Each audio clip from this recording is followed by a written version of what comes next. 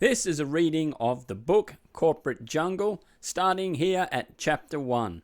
Corporate Jungle is written by Owen Neidhart, being read by Owen Neidhart, and all rights are reserved. Let's get into it. The helicopters disappeared into the setting sun, but Polly kept staring at the horizon.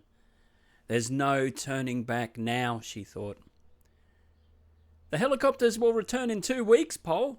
Why don't you relax and enjoy this? It's going to be fun, Henry said. Polly turned and headed towards the building where they were going to spend the night without even acknowledging Henry at all. She felt guilty as Henry was the one who had paid for the entire crew to be here. She didn't know how much he spent because he refused to tell anyone, but it had to be an obscene amount of money. Henry could afford it, and it was probably only pocket change for him. His parents were filthy rich. She didn't want to be the one who was going to rain on everyone's parade, but fun was the last way she would describe what they'd signed up for. Corporate Jungle was where she found herself. It was a purpose-built remote piece of land that was marketed to the wealthy for a holiday experience like no other. It was promoted as extreme camping, the chance to live among real wild animals. Instead of sleeping in a motel room where a giraffe might be able to pop its head in, you could sleep under the stars and have lions roaming around without fences. While all the safety was in place, it was an experience that was hard to put a price on, but the owners of Corporate Jungle managed to do that. The helicopters had dropped off the 20 young people. All had been friends since high school, and this was the last adventure before they were going off to start their adult lives. The group, or crew as they called themselves, was very diverse. Polly stood in the doorway of the building, which was called Base Camp, and spent time observing the interactions of her friends. Tyrone and Wendell were always together, and that also meant Tiffany and her friends were nearby. Tyrone was the quintessential football jock. He was the quarterback for the college team and had just been drafted into the NFL. His best friend Wendell was his center on the college team. Wherever Tyrone was, you always found Tiffany. She was head cheerleader and probably had no prospects in life other than marrying a football player.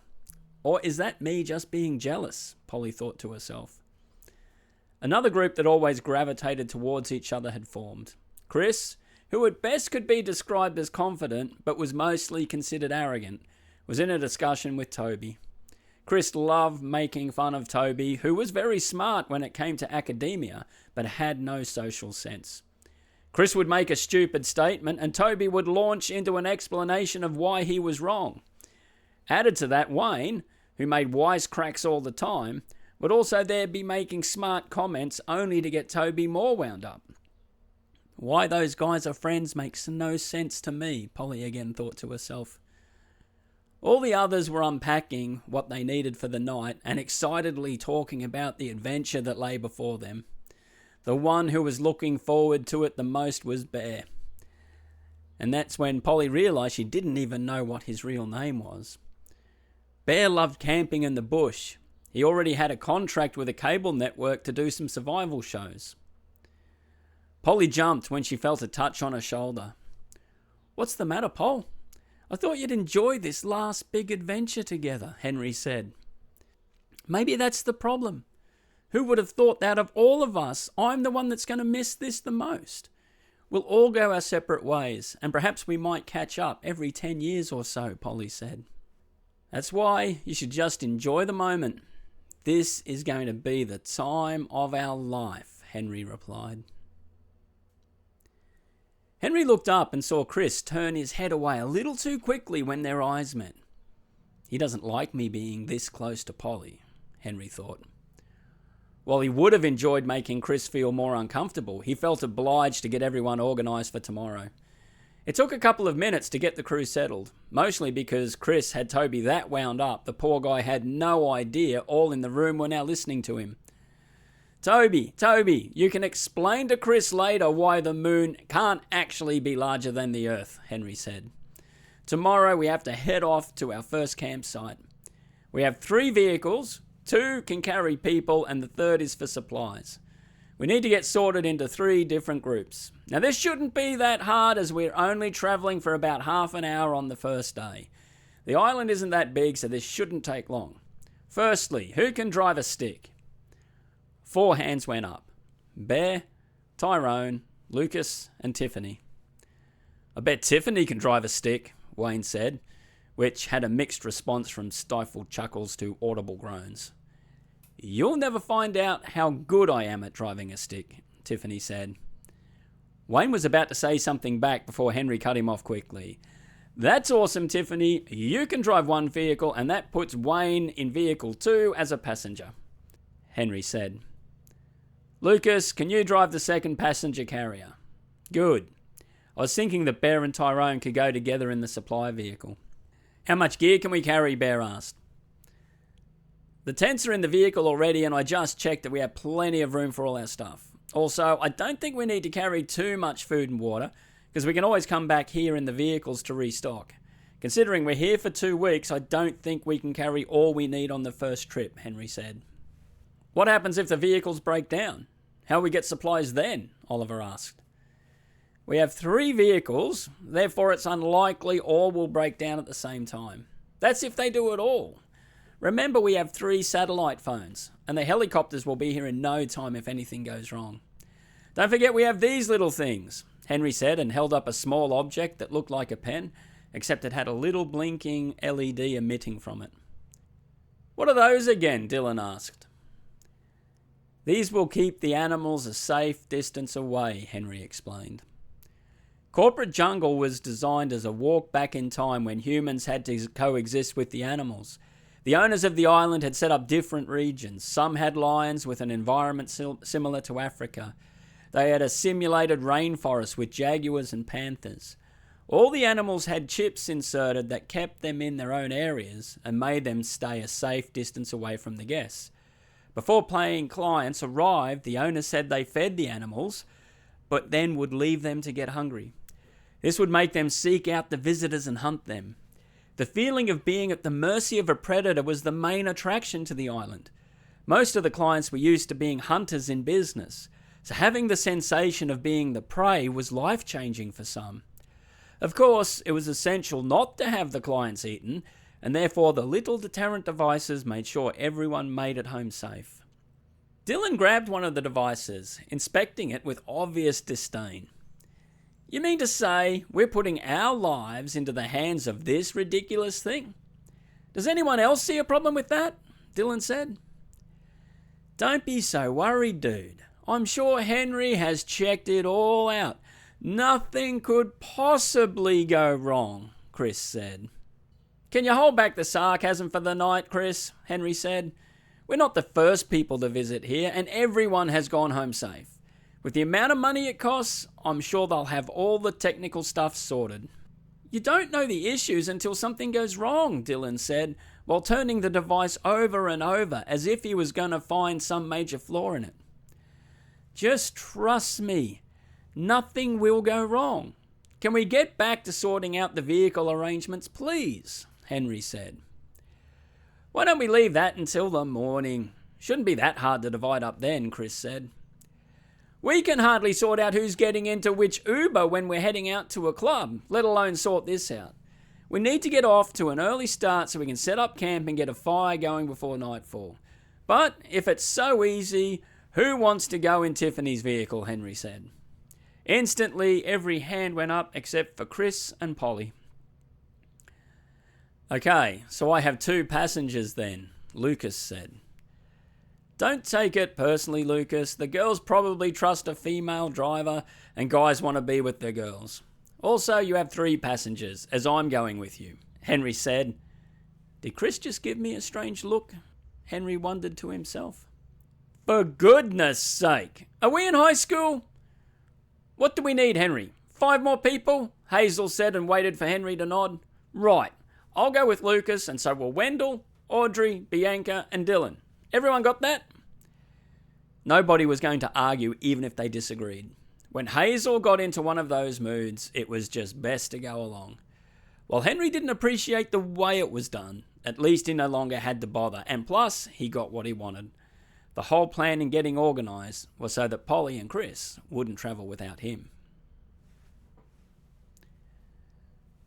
Why are you still looking at that emitter? Mia asked Dylan. Everyone else has gone to bed, and we have to be up early, apparently. It just doesn't seem right. You understand this stuff more than I do, Dylan said as he handed the device over. Come on, you're a computer technician. You're smarter than the rest of them here with this stuff, Mia said. Perhaps, but this isn't software. It's hardware. That's your specialty. How can this device control wild animals even if they have a chip in them? It makes no sense, Dylan said. Mia looked over the emitter and inspected it with renewed interest. Dylan was pleased when he saw her face looking puzzled. You know, I think you're right. There is no charging connection and it's so tiny. What sort of battery would be installed in this? Mia said. How would you program this? It's barely big enough to contain any printed circuit boards as well, Dylan pointed out. True, but I did check out the satellite phones. They are Iridium brand, which means they're top-level devices. If anything goes wrong, we should be safe, Mia said. Fair enough. I just don't know why Henry always wants to do these crazy things, Dylan pointed out. He has the money. Perhaps he brought Chris out here to get eaten by a lion so he didn't have competition for Polly, Mia said. Dylan laughed in agreement, and they both settled in for the night to get some rest. The morning came, and the crew headed off without any drama. The time it took to get to the campsite was longer than the 30 minutes that Henry promised. It was a journey of 3 hours. Setting up camp didn't take long, as each person was provided with a single pop-up tent. By the time they had a swim in the ocean and ate, the sun had begun to set. Hope we see some animals tomorrow, Henry. Otherwise you've done your cash on this one, Chris said loud enough for all the crew to hear as they headed into their tents for the evening. Polly sat at the fire poking at the last embers and watched the ash mix with the few last sparks that were left. The sky was turning from black to deep blue as the dawn was starting to approach. She'd woken early and was now enjoying the few moments of silence before everyone else started to emerge from their tents. Yesterday, she'd spent the day travelling in silence, despite Henry's efforts to get her to talk. She couldn't tell him why she was acting so moody. Nobody would understand. They would all think I'm just ungrateful, Polly thought to herself. All of the crew expected her to eventually marry Henry, and then she would never need to work again, not a real job at least. However, living a life of being secondary to someone else didn't appeal to her, and she'd worked too hard so that she had other prospects after college. The problem was, even if she was hugely successful, there was no chance of having the money as Henry did. That meant that this was the last time she would enjoy this over-the-top experience. Marrying Henry wouldn't change that either, as he'd made it clear that his parents had allowed him this last indulgence before he would have to move into the business. Henry's parents had started a business from their basement and turned it into a billion-dollar empire. Most kids who had filthy rich parents normally felt entitled, but Henry was taught that money had to be worked for. His parents had allowed him to enjoy himself while young, but he knew that eventually he would have to take on running the business. That would mean a workday would typically last at least 16 hours. Without your finger on the pulse, the business will die, his father would always say. Living in a mansion surrounded by the finest things was most people's dream, but Polly knew that you needed more than things to make you happy. Perhaps if he had a week off every month and they could go do something crazy like this, it might work. But it was obvious to her that that wasn't going to happen. What's the point of money if you can't enjoy it? That's not living, Polly thought to herself. Polly was startled when she felt a touch on her shoulder and her head swung around. She was so lost in thought that she didn't hear Henry approach. "You're up early, Pol," Henry said. "We went to bed early, and there isn't much else to do," Polly said. "I know yesterday wasn't a great start, but I'm sure this will get more exciting. Otherwise, I'll be leaving Corporate Jungle a really bad review," Henry said. That made Polly laugh. Henry wouldn't think of asking for the money back. That wasn't him. No doubt that will change when he moves into his parents' corporation. "It's not that, Henry, and I know I should be enjoying this, but I've got a lot on my mind," Polly said. "Care to share?" Henry asked. "Should I tell him what's bothering me? He at least deserves that," Will that spoil everything? Polly asked herself. Henry, if I tell you, promise me you won't hate me. I doubt I'll ever be able to hate you, Henry said. All right. Hang on, what was that? Polly swung her head round to the noise that she heard. What? What did you see? Henry asked as he stared into the darkness where Polly was looking. I didn't see anything. I heard something like a twig breaking just behind the tents, Polly said as she stood up and gazed into the darkness.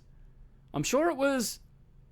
Something is out there, Henry said as they both heard another crack, this time to the left side of the tents. The dawn light was getting brighter and the silhouette of an animal stalking could just be seen. They both jumped when another sound of a twig breaking was heard, this time to the right side of the tents. Henry and Polly looked at each other without words being spoken and then rushed to get the fire going. As Polly broke twigs up and dropped them on the coals, Henry was on the ground blowing onto the fire. Smoke billowed from the pit and a quick woof was heard and flames burst forth. In a few minutes, they had a proper fire going. The sun was appearing on the horizon and they could see 4 lionesses crouched in the shrubs nearby. It's a shame everyone is missing this. This is what we paid for. I have to tell you, my heart is still racing. I really didn't think they would get that close, Henry said. I thought it would take longer for them to turn up, Polly said. Well, what do you mean? Henry asked.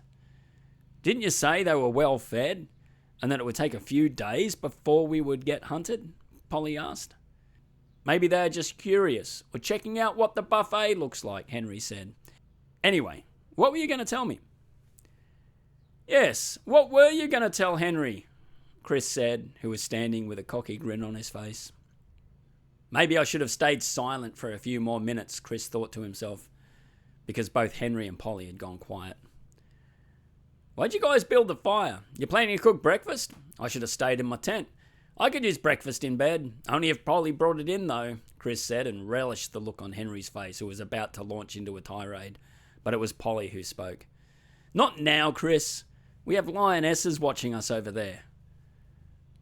Chris turned his attention to where she was pointing. Well, Henry, maybe I need to take back some of the things I said yesterday. This trip is starting to pick up, Chris said with excitement as he walked towards the edge of the camp to get closer to the predators. Why don't you keep walking out there and give them a pat, Henry said. It's too easy to make him mad, and why do I enjoy it so much? Chris wondered to himself. Chris kept facing the lionesses, though he wasn't really watching them. His thoughts were on the past, particularly when Henry and himself had been close friends. They both attended the same expensive private school, and because their parents worked at the same company, they spent lots of time together after school. It was when they were in high school that Chris found out that Henry's parents owned the company and were loaded. His parents were paid well and they had a good life, but seeing the excesses that Henry had made him jealous. He tried to hide those feelings for a long time, but couldn't when he found out that his parents had gotten him a job at the company and he was expected to take it. That meant Henry was going to be his boss. So he decided he was going to make Henry's life as difficult as possible before their dynamic changed forever. When he noticed that Henry was drawn to Polly, he decided to use that to his advantage. He did like Polly as well. It was just a bonus that it annoyed Henry so much. This trip was the last before he moved into the corporate world, and the last time he'd be able to treat Henry this way. Aren't the lions the ones we should worry about? Chris asked. That's a common misconception. It's the females that do most of the hunting, Polly said. Yeah, thanks for that, Toby, Chris said. Perhaps you should read more as Toby does and you might not be as stupid, Henry remarked. You two cut it out. I think we have to get everyone up. I feel a little uneasy about those animals being so close, Polly pointed out. Whatever you think, Polly, Chris said as he shrugged his shoulders, but joined in getting all the crew up and ready. Tyrone didn't share the excitement of the rest of them. In his football career, he learned how to assess a situation quickly and call an audible if needed. While he didn't know enough about what they were facing, something just didn't feel right. He went over to Dylan and Mia, who were locked in conversation. "Do you two know the specs of the devices that are meant to keep the animals away?" Tyrone asked. "There was a manual back at base camp. It says they shouldn't come any closer than 20 meters, Mia said. "What's that in yards?" Tyrone asked. "Almost 22 yards, Mia said, and Tyrone swung his head around to look back at the predators. "They're closer than that," Tyrone said. "Do you use that tone to settle your team down in a huddle?" Dylan asked, which made Tyrone smile. "I must sound stressed out," Tyrone thought to himself. Though Dylan didn't have the physique to be an athlete, he loved sports, and Tyrone had promised him that he would get him corporate seats for his first game in the NFL. "They don't seem to be too interested in us yet, and also there has to be some margin in the specs on the devices. Also, it depends on where the emitters are," Mia said. Tyrone agreed and felt a little more settled, but something had begun nagging at him. His best friend, Wendell, was talking to Toby, so he went over to them. "Pretty cool, isn't it?" Wendell said. "Maybe. I'm not sure yet," Tyrone said, but then turned to Toby. "What do you think about lions? Is this normal for them to sit outside the camp like that, staring at us?" Tyrone asked. "Well, yes and no. If it was a lion, then no. It would charge in here and try to get one of us. They rely on a success rate of about 20%. Lionesses, however, do tend to hunt by stalking when in a pack. They sometimes use an ambush, and the way they're staring at us suggests that perhaps another one is waiting nearby to attack. I'm confused as to why they're sitting there out in the open, which is definitely not normal. However, this entire island is not normal, so who knows how they might act. I'm guessing those devices must be doing their jobs because they've been there for a while by the looks of it," Toby said. "What did Toby say that shocked you?" Wendell asked. "I really must be showing my feelings," Tyrone thought to himself. "The devices. Mia said the distance the animals kept from us would depend on where the devices were. The question is, where are the emitters? Who has them?" As soon as Tyrone was finished speaking, the other two had the same concerned look on their faces. Ola went over to the fire and poked around it. "How about we eat? I can cook up some of those beans to make them at least edible," Oliver said. "Good idea. We should have some sustenance before we pack up and head down to the vehicles. It's going to be a long day if we're going to be shadowed by those monsters," Lucas said. "Bit dramatic, don't you think, guys? Still, I could eat," Ella said. Everyone can eat when they don't have to prepare the food, Oliver thought to himself. Oliver had always hoped to be an athlete, so he made sure he ate healthy. He began wanting healthy food to taste great, so he started cooking at home. It was obvious to himself that sports weren't going to work out for him, but cooking was something he enjoyed. His father worked at a TV network and had organised a pilot for a cooking show when he got back from his trip. "I don't mind cooking, but can someone at least get the ingredients?" Oliver asked. "We ate all that we got from the supplies last night, I think," Ella said. "But we packed more, surely," Oliver said. "Yes, we did. Where'd you stash the food?" Ella asked. "It's not like I packed a pantry. Why am I responsible for the food?" Oliver asked. "Who was responsible for the food if it wasn't you?" Ella said. "So you didn't bring any extra?" "I for one didn't," Lucas said, who was standing near the fire. "In fact, I only brought what I needed last night." "Same here," Ella remarked. "Great. So that means all the food is back on the supply vehicle," Oliver noted. "Well, at least it gets me out of cooking for the time being, but I'm sure going to get hungry later," he thought to himself. Bianca liked pretending to be the proverbial dumb blonde, ironically because her hair was jet black. Having studied law at college, she hid the fact that she almost topped the class. Her friends thought she was going to a law firm to work as a secretary, but rather she was going to be a junior partner in a large firm. It did help that her mother was a named partner already. She'd been spending her time observing and listening. "I think it's time they start to understand the situation we're in," she thought to herself. "Tyrone, what are you looking for?" Bianca asked. "Nobody can seem to find the emitters. They have to be somewhere," Tyrone said. So it's like, if we don't, what would happen then? Bianca asked. I'm not sure we need to discuss that possibility yet, Tyrone said. Yet, there are 3 emitter things, right? You can't find, like, one of them? Bianca asked. How about I ask everyone? I don't want to panic them yet, Tyrone said. It's all right, sweetie. I'll sort it out, Bianca said, then got everyone's attention. I know this is kind of fun, but Ty over there is getting into a bit of a mess. So I can go back to relaxing. Can whoever has one of those, what are they called? Emitters, Toby said. Yeah, anyone have one of those? Can you go and get it? Bianca asked. The crew stayed silent and began looking at one another, yet no one moved or put their hand up. Bianca could feel the death stare she was getting from Tyrone, but the reaction she got from everyone else she had expected. Can nobody else see the problem? Bianca wondered to herself. Who was responsible for carrying them? Bear asked. We shouldn't have had to assign anyone considering how important they are, Toby said. Thanks as always for stating the obvious, but that doesn't change the fact we don't know where they are, Chris said. Look, it's like, I don't know, maybe we do know where they are, Bianca said and pointed to the vehicles. Did anyone grab them yesterday? So, I mean, that's like, it's really bad. She was sure everyone had gone slightly pale and felt the colour begin to drain from her face when the lionesses got up and started circling. Tyrone took charge. Everyone needs to keep a calm head, particularly me, he thought to himself. All right, the first thing we need to do is get a satellite phone. Ring the people and get a helicopter in here quick.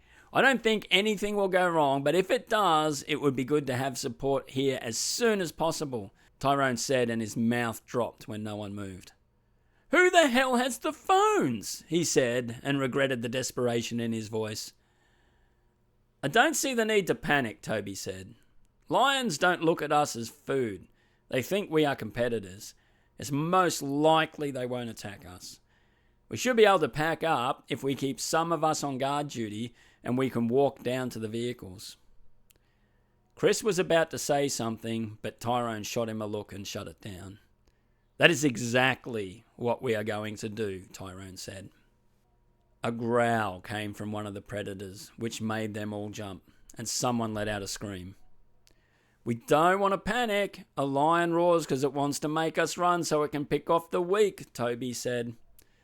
Tyrone wanted to believe that, but the looks in the eyes of the lionesses had him on edge. It reminded him of standing in a game facing an opposition that easily had your number. Even if you thought the situation was bad, you could never show it or the whole team would crumble. Right, let's listen to Toby. Bear, Wendell and Oliver. Us 4 will stand on each corner as watchmen. Everyone else, get yourselves ready to go. All we need to do is move slowly as a pack. It also wouldn't hurt if we had some branches. The big ones. Defend them off if the worst comes to worst, Tyrone said. All the branches are in the fire, Ty, Bianca said. Do you want me to get them out? No, Bianca, just be prepared to leave. Everybody stay calm, Tyrone said, and even he could hear the tone of his voice was far from calm. The ground under their feet rumbled as a loud roar thundered out. A lion was nearby, and the rest of the pride were looking more menacing. Tyrone could see the fear growing in the crew, and when the second roar happened, all hell broke loose. Someone called out to run, and he didn't have the time to work out who it was. Not that it mattered, as the stampede had started. Like an army that had been routed, it was every person for themselves. Tyrone knew the vehicles were about a football field away, and he could make that in 10 seconds. His legs began to motor, and he was catching and passing the slower people. Then he saw in his peripheral vision something shoot out from the bushes. He stopped and swung around to see Dylan being knocked over, and he heard a blood-curdling scream that was soon silenced by the lioness's teeth into Dylan's throat. Tyrone had the urge to run to help. He felt a tug on his arm. It's too late, man. We got to get to safety, Wendell said. Despite the guilt he felt, he resumed his dash to safety. Nobody spoke as they huddled in the vehicles. The Lion Pride seemed happy with their one kill. Despite that, none of the crew was game to move or make a sound. End of Chapter 1. Thank you for listening or watching. And Chapter 2 will be out really soon. So if you don't want to miss any of these, give us a like and give us a subscribe. I'm Owen. This is the pub test. And this is the reading of Corporate Jungle. We'll see you in the next chapter.